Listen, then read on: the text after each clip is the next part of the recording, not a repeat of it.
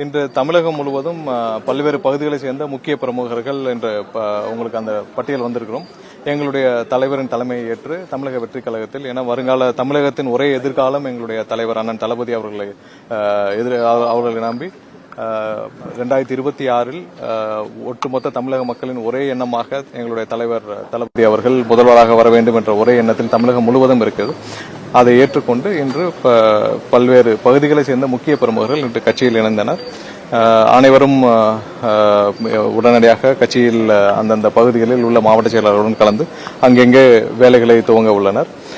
இது மட்டுமல்ல, தமிழகத்தில் பல்வேறு அதாவது முக்கிய பிரமுகர்கள் மட்டும் இங்கே இணைந்துள்ளனர். மற்றபடி அதற்கு கீழே உள்ள பொறுப்புகள் ஒன்றிய அளவில் நகர அளவில் உள்ளவர்கள் அங்கங்கே மற்ற கட்சியை சார்ந்தவர்கள் அந்த எங்களுடைய மாவட்ட செயலாளர் முன்னிலையில் இணைந்து வருகின்றனர். வர்ற தேர்தல் கண்டிப்பாக இந்த பொதுமக்கள் அனைவருடைய ஆசையுடனும் அனைவருடைய எதிர்பார்ப்புகளையும் நிறைவேற்றும் ஒரு வித்தியாசமான மாற்றத்தை தரக்கூடிய தேர்தலாக இருக்கும் என்று நம்புவோம். அந்த எழுச்சி தான் இன்று ஒவ்வொரு நாளும் எங்களுடைய தலைமை கழகத்தில் நடக்கும் நிகழ்ச்சிகள் மூலம் தெரிந்து கொள்ளலாம். மற்றபடி ஏதாவது கேள்விகளுடைய கோரிக்கைகள் ஏற்கப்பட்டு டாப்ஸ் ஒரு ஓய்வூதிய திட்டத்தை தமிழ்நாடு அரசு நிறைவேற்றியிருக்காங்க. இல்ல, இது பெரிய ஏமாற்று வேலை. இன்னைக்கு ஒரே வரியில சொல்லணும்னா மொத்தமாக அரசு ஊழியர்களை எப்படி இந்த முன்னாடி இவங்க தேர்தல் வாக்குறுதியில கொடுத்திருந்தாங்கல்ல, நாங்க இத்தனை வாக்குறுதி, அதே மாதிரி ஒரு வாக்குறுதி இப்பயும் கொடுத்திருக்காங்க.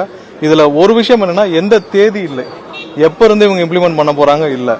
இன்னொரு விஷயம் என்னன்னா 10% இவங்க என்ன சொன்னாங்க தேர்தல் வாக்குறுதியில, பழைய ஓய்வூதிய திட்டம் நிறைவேற்றப்படும். பழைய ஓய்வூதிய திட்டம் இதானா? இது பழைய ஓய்வூதிய திட்டம் கிடையாது. இதுல 10% அந்த அரசு ஊழியர்களிடம் இந்த சிபிஎஸ் கீழே பிடித்தம் செய்யப்பட்டு வருது. இது கிட்டத்தட்ட 20 வருஷமா பிடிச்சிட்டு வராங்க. இப்ப அந்த பழைய ஓய்வூதிய திட்டம் மாற்றப்பட்டதுல இருந்து சிபிஎஸ் ஸ்கீம்ல எல்லாருக்கும் 10% பிடிச்சிட்டு வராங்க. சோ அந்த பிடித்தப்பட்ட பணம் இப்ப 20 வருடம் ஒருத்தர் இப்ப பணியாற்றிட்டு இருக்காங்கன்னா, இவங்க 20 வருடமாக அவங்ககிட்ட பிடிக்கப்பட்ட தொகை பாத்தீங்கன்னா 10%. அது போக கவர்மெண்டோட கான்ட்ரிபியூஷன், அட்லீஸ்ட் அவங்க பிடிச்சப்பட்ட 1 லட்ச ரூபாய் சம்பளம் வாங்குறாங்க, அவங்களுடைய வட்டி எல்லாம் சேர்த்து இப்ப 50 லட்ச ரூபா இருக்கும். இந்த 50 லட்ச ரூபாய் அவங்களுடைய சம்பள பணத்திலிருந்து பிடிக்கப்பட்ட அந்த 50 லட்ச ரூபாய், குறைஞ்சபட்சம் ஒரு 20 வருஷம் பணியாற்றினாங்கன்னா அவங்களுக்கு ஒரு 50 லட்ச ரூபாய் இருக்கும். அந்த பணம் என்ன ஆகுது, அதை பத்தி எதுவும் சொல்லல. இதுல கடந்த வருடம் ஒன்றிய அரசு ஒரு யூனிஃபைடு பென்ஷன் ஸ்கீம் அனௌன்ஸ் பண்ணியிருந்தாங்க. அதற்கும் அது பெரிய ஏமாத்து வேலை.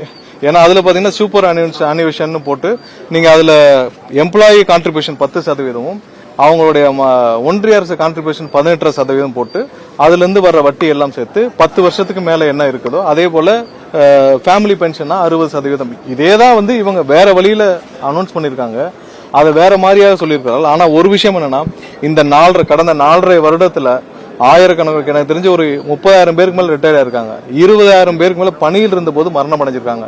இவர்களுக்கு என்னன்னு இது வரைக்கும் சொல்லவே இல்லை இவர்களுக்கு. ஏன்னா இவர்கள் வாக்குறுதி கொடுத்து இவர்கள் வாக்குறுதியை நம்பி ஏமாந்தவர்கள் கடந்த 4.5 வருஷத்துல 25,000 பேருக்கு மேல ரிட்டையர்ட் ஆயிருக்காங்க.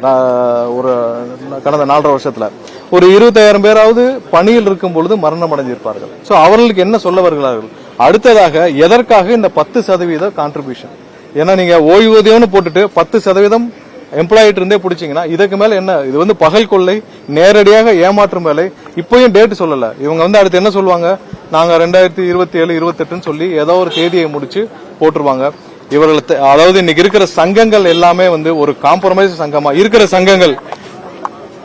இன்னைக்கு இருக்கிற அரசு ஊழியர் சங்கங்கள் எல்லாம் விலைக்கு வாங்கப்பட்டு விட்டது. அந்த சங்கங்கள் எல்லாம் என்னன்னே தெரியாம இவர்கள் கீழே இருக்கிற அரசு ஊழியர்களை ஏமாற்றி வருகிறார்கள்.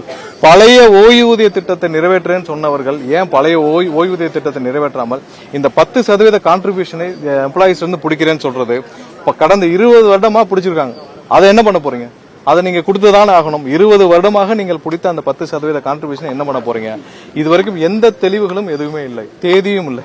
இது தேர்தலை ஒட்டி, ஏன்னா கடுமையாக இந்த 6ஆம் தேதிக்கு அப்புறம் அவர்களுடைய அறிவிச்ச இந்த போராட்டத்திற்கு வேற வழியே இல்லாமல் அவர்கள் ஒரு மாய வழியில் அரசு ஊழியர்களை ஏமாற்றி உள்ளதுன்னு தான் சொல்லணும். இதுல எந்த தெளிவுகளும் இல்லை, எந்த தேதியும் இல்லை. இதே மாதிரிதான் எல்லாருக்குமே, எல்லா வகையிலும் எல்லாருமே அவங்க சொல்றப்ப 5,000 ரூபாய் பொங்கல் பரிசு தரேன்னு சொன்னாங்க. அவர்கள் எதிர்கட்சியாக இருக்கும் பொழுது 5,000 ரூபாய் தருவேன்னு சொன்னவங்க கடந்த 4 வருடம் எதையும் தராமல் இப்ப 3,000 ரூபாய் தருவேன்னு சொல்றதே ஏமாற்று வேலை. இதெல்லாம் அரசு இங்க இருக்கிற மக்களிடமிருந்து பறிக்கப்பட்ட பணத்தை வரியாக பறிக்கப்பட்டு இவர்கள் 4.5 வருடம் திமுக கொள்ளையடிச்சதில் 1% கூட இன்று மக்களுக்காக போய் சேரவில்லை என்பதுதான். 4.5 வருஷமாக இவர்கள் அனைத்து துறைகளிலும் சென்னையில பாத்தீங்கன்னா மாநகராட்சி, மதுரை மாநகராட்சியில ஒரு மேயர் மட்டும் 300 கோடி ஊழல். இந்த மாதிரி நீங்க இவர்கள் கொள்ளையடித்த பணத்திலிருந்து 1% கூட மக்களுக்காக போய் சேரவில்லை. கடைசியாக இந்த மாதிரியான பொங்கல் தொகுப்பு, இந்த மாதிரி கண் துடைப்புகள் 5000 ரூபாய் இவர்கள் எதிர்கட்சியா இருக்கப்போ தரேன்னு சொன்னாங்க. இப்ப 3000 ரூபாய் அனௌன்ஸ் பண்றாங்க 4 வருஷம் கழிச்சு. இதெல்லாம் ஏமாற்று வேலை, தேர்தலை ஒட்டி நடக்கும் ஏமாற்று வேலை. இது மக்களுக்கும் நல்லா புரியும். இந்த மக்கள் எல்லாம் பார்த்துட்டு தான் இருக்காங்க. இவர்கள் 4.5 வருஷம் எல்லாம் ஓசின்னு சொல்லி என்னென்ன பண்ணாங்க எல்லாத்தையும் மக்கள் பார்த்துட்டு தான் இருக்காங்க. வர்ற தேர்தலில் 26ல என்ன செய்யணும், மக்கள் கரெக்டா நிதானமாக அரசு ஊழியர்ல எல்லாமே எப்படி செய்யணுமோ அதை செய்வாங்க. ஏன்னா எல்லாம் இந்த 4.5 வருடம் அரசு ஊழியர்களுக்கு இவர்கள் ஏமாற்றிய அளவுக்கு யாருமே ஏமாற்றவில்லை. இப்பயும் தெளிவில்லை. இதுவரைக்கும் ஜனநாயகம் திரைப்படத்துக்கு தணிக்கை சான்றிதழ் வழங்கப்படல. நீங்களும் எதிர்ப்பு தெரிவிச்சிருந்தீங்க. நிலைப்பாடு என்னவா இருக்க போகுது? இல்ல, வேண்டுமென்றே ஒரு டிலே பண்றாங்களோன்ற எங்களுக்கு ஒரு எண்ணம் ஏற்படுது. ஏன்னா கடந்த மாதம் 19ஆம் தேதியே தணிக்கை குழுவினர் இதை பார்த்து விட்டனர். கடந்த வாரம் புதன்கிழமை வியாழனே வந்திருக்க வேண்டிய சான்றிதழ் இதுவரைக்கும் வரவில்லை. வேண்டுமென்றே காலம் தாமதப்படுவதோன்னு எங்களுக்கு ஒரு சந்தேகம் வருது. இன்னும் ஒரு சில இன்று மாலை வரை பார்ப்போம். இல்ல, அது கலந்து ஆலோசித்து விட்டு சொல்லணும். வேண்டுமென்றே காலம் தாழ்த்தப்படுவதோன்னு எங்களுக்கு ஒரு சந்தேகம் இருக்கிறது. என்னால் கடந்த மாதம் 19ஆம் தேதி பார்த்தது யார் செய்யற என்னன்னு தெரியும். நான் இன்னைக்கு சாயந்தரம் வரை பொறுத்திருந்து பார்ப்போம். வரும் என்று நம்புவோம். முடிந்த அளவு இதுவரைக்கும் அந்த குழுவினர் எந்த தகவலும் இல்ல. அது எங்களுடைய தலைவர் அதுக்கான குழுவை ஆலோசித்து அந்த குழுவை எந்தெந்த அந்த கூட்டணி சம்பந்தப்பட்ட குழுக்களை அறிவிப்பார். அதுல இருந்து நடவடிக்கைகள் இருக்கும். இன்னும் நாட்கள் இருக்குது. 2 மாசம் இருக்குது தேர்தல். இல்ல, நீ 2 நாளைக்கு முன்னாடி ஒரு லயலா பழைய மாணவர்களோட இதுல 2வது சதவீதம், நீங்க 2வது இடத்துன்னு சொன்னீங்க. இப்ப 3வது இடம்னு சொல்றீங்க. சரி, கருத்து கணிப்புகள் எல்லாம் நீங்க பல இடத்துல பார்த்திருப்போம். ஸ்ரீலங்கால என்ன நடந்துச்சுன்னு பார்ப்போம். ஸ்ரீலங்கால கருத்து கணிப்புகள் முதல்ல பார்த்தப்ப 3% சொன்னாங்க. 8 மாசத்துக்கு முன்னாடி தேர்தலுக்கு முன்னாடி 3% சொன்னாங்க. அதே தேர்தல் முடிந்த பிறகு போஸ்ட் போல்ல 21% சொன்னார்கள். ஆனால் அன்னைக்கு இப்போ கவுண்டிங் எல்லாம் முடிஞ்ச பிறகு 41% அவர்கள் வாக்குகளை பெற்றிருந்தார்கள். புதிதாக வந்த ஒரு சக்தியை யாரும் கணிக்கவே முடியாது. அதே போலதான் இன்று தமிழக மக்கள், அதாவது 70 வருடங்கள் அவர்கள் எதிர்பார்த்த ஒரு மாற்றம் இந்த 26ல் வரப்போகிறது. இது மாதிரியான ஒரு தலைவரை கடந்த நம்ம தலைமுறையில நம்ம பார்த்ததில்லை.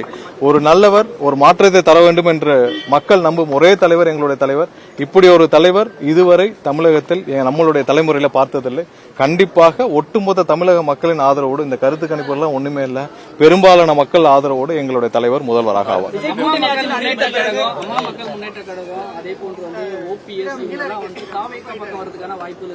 இல்ல, அது எங்களுடைய இல்ல நிறைய இது எங்களுடைய தலைவர் எடுக்க வேண்டிய முடிவுகள். அது வர்ற காலங்கள் அதுக்கான குழுக்கள் அமைக்கப்பட்டு அதெல்லாம் அதுக்கான பேச்சுவார்த்தைகள் என்ன ஏதுன்னு சொல்லி நடக்கப்படும். இதுவரை அந்த மாதிரி அதாவது ஒரு முடிவுகள் சொல்லக்கூடிய அளவிற்கு எதுவும் இல்லை. அது எங்க தலைவர் தான் கூட்டணி விரைவில் கொடுக்கப்படும். நாம இந்த பொங்கலுக்கு முடிந்த பிறகு விரைவில் அதுக்கான தேதிகள் எங்களுடைய பொதுச்செயலர் வாயிலாக அறிவிக்கப்படும்.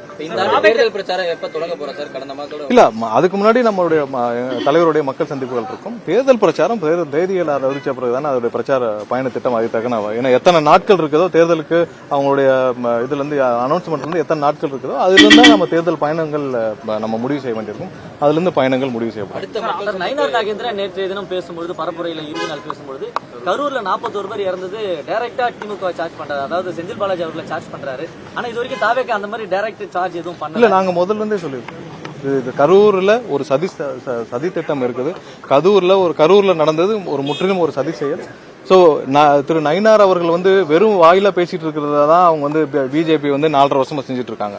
நீங்க சொல்றீங்கல்ல, உங்களுக்கு ஏஜென்சி அவர்கிட்ட தான் இருக்கு. நீங்க பேசினது உள்துறை அமைச்சரை வச்சுட்டு பேசிருக்கீங்க. அப்ப நீங்க என்ன செஞ்சிருக்கணும்? உள்துறை அமைச்சர் வாயிலாக ஒரு நடவடிக்கையாவது எடுத்து இந்த செந்தில் பாலாஜியை கைது செய்யாத பார்த்துருக்கோம்ல. நயினார் அவர்கள் சொன்ன குற்றச்சாட்டு பெரிய குற்றச்சாட்டு. என்னன்னா, செந்தில் பாலாஜி தான் கரூருக்கு மரணத்திற்கு 41 வெவ்வேறு மரணத்திற்கு காரணம்னு நயினார் நாகேந்திரன் சொல்றார், உள்துறை அமைச்சர் வச்சுட்டு சொல்றாரு. அப்ப ஏஜென்சி உங்ககிட்ட தான் இருக்கு, சிபிஐ. அப்ப நீங்க தானே நடவடிக்கை எடுத்திருக்கணும். நீங்க உடனே அவருக்கு ஒரு சம்மன் அனுப்பிச்சு அவரை விசாரிச்சு அவரை கைது செய்யும் நடவடிக்கை இல்லாமல் நயினார் நாகேந்திரன் இந்த மாதிரி வெறுவாயில பேசிட்டு இருக்கிறத கொஞ்ச நாள் குறைக்கணும். அவர்கள் நடவடிக்கை எடுக்கணும். அதை விட்டுட்டு சும்மா நாங்க இது மாதிரி ஏஜென்சி எல்லாம் கையில வச்சுட்டு நீங்க இதுவரைக்கும் என்ன நடவடிக்கைகள் இவ்வளவு ஊழல் குற்றச்சாட்டு சொல்லியிருக்கிற திமுக அமைச்சர்கள் மீது இதுவரை ஒரு ஊழல் குற்றச்சாட்டுகளையாவது அவர்களாவது கொண்டு போய் என்ன நடவடிக்கையோ இல்ல தண்டனையாவது பெற்று தருக்க முடிஞ்சதா? அந்த வேலையை அவர் செய்யணும். அதை விட்டுட்டு அவர் சும்மா பேசுறதை விட்டுட்டு இதை செய்யணும். திமுக அரசும் இதுவரை அவர்கள் இந்த கரூர் சம்பவத்தில் என்னென்ன மூடி மறைத்தார்களோ என்னென்ன செய்தார்களோ அது அனைத்தும் வெளிவர வேண்டும் என்பதுதான் எங்களுடைய எண்ணமும்.